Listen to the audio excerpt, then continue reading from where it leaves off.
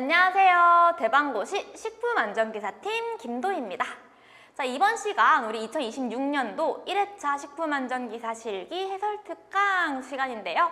우리 1번부터 11번까지 문제들은 앞에서 장미 교수님 그리고 김병일 교수님이랑 같이 풀어보셨을 것 같아요. 그리고 저랑은 이제 12번부터 20번까지 총 9문제 같이 풀어볼 예정인데 어떤 문제들을 풀어볼 것이냐 간단히 소개 먼저 해볼게요.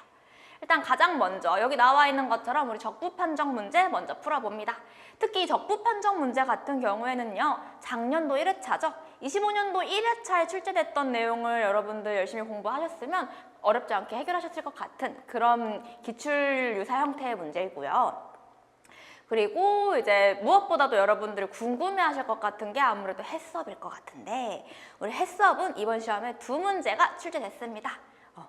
해수업 2문제 중에 어떤 문제들이 출제됐는지 간단히 말씀드리자면 개선 조치를 취해야 할 상황을 제시해주고 이 상황에서 취해야 할 개선 조치를 쓰시오 하고 우리 개선 조치라는 거는 뭔가 어긋났을 때 취해야 할 조치잖아요.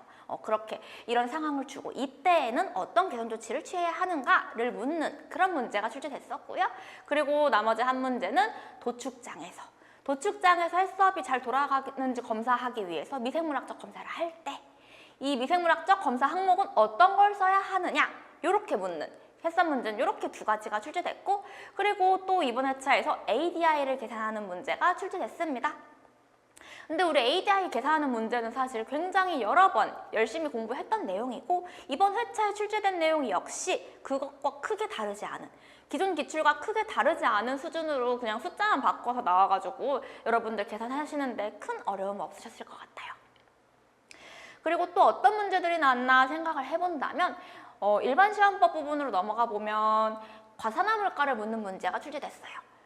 우리 옛날에 기출되었던 문제는 이제 과산화물가와 관련해서 기출되었던 문제들은 어떤 게 있었냐면 값을 주고 과산화물가를 계산하는 그런 문제가 예전에 기출됐었는데 이번에는 그렇게 계산하는 문제는 아니었고요.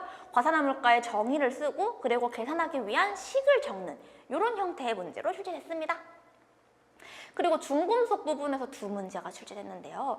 우리 중금속을 사실 시험을 할 때는 시험 유격을 만드는 과정 그리고 실제로 측정하는 과정 이렇게 두 개로 크게 나누어서 공부를 했었는데 시험 유격의 제조 부분에서 한 문제 그리고 요건 이제 건식회화법 해가지고 기출된 내용 그대로 나왔고요. 그 다음에 측정하는 부분도 크게 어렵지 않은 형태로 출제가 됐습니다. 그 다음 관능평가 출제됐어요.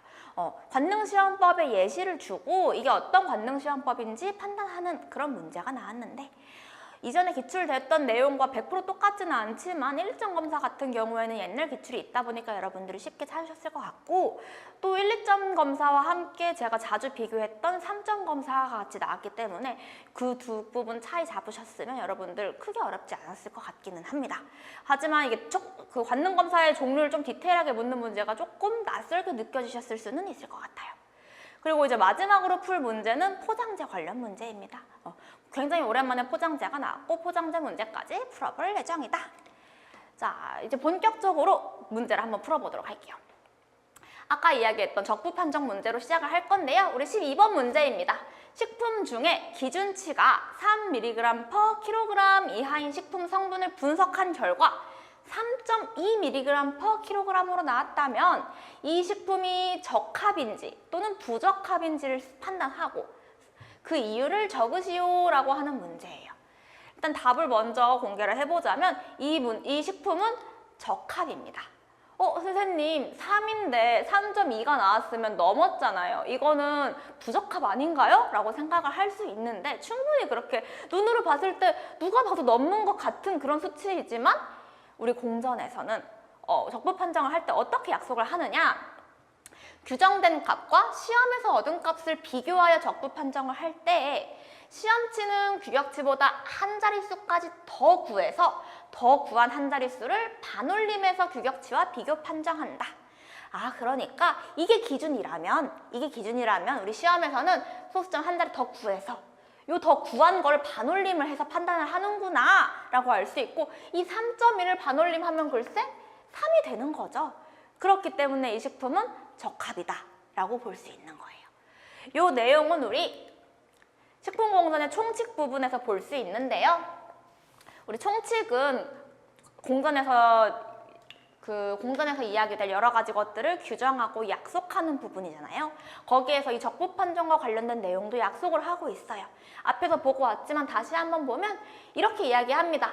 규정된 값, 규격치라 하는 규정된 값과 실험치라 하는 시험에서 얻은 값을 비교하여 적부 판정을 할 때 시험치는 규격치보다 한 자릿수까지 더 구해서 이 더 구한 한 자릿수를 반올림해서 비교 판정한다. 요게 적부 판정을 할 때 규칙이다. 그렇기 때문에 우리가 앞에서 보고 왔던 문제는 적합이다 라고 생각을 해주시면 되고요. 요게 바로 작년도 1회차에 기출됐던 문제예요.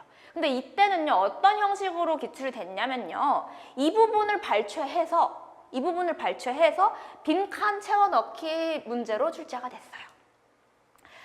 그래서 이때 정답은 규격치보다 한 자릿수까지 더 구해서 더 구한 한 자릿수를 반올림해서 구한다. 이렇게 공부했던 문제인데, 단순히 기출됐던 문제를 막 너무 그대로 외운 것 이상으로 이걸 가지고 내가 진짜로 판단해야 하는 이런 수준으로서 기출이 약간 변형이 되기도 하는구나 하고 생각할 수 있는 계기가 되는 그런 문제였던 것 같아요. 그렇게 해서 이 문제는 어쨌든 정답은 적합이고 이유는 이러한 이유 때문이다 라고 기재해 주시면 되는 문제였습니다.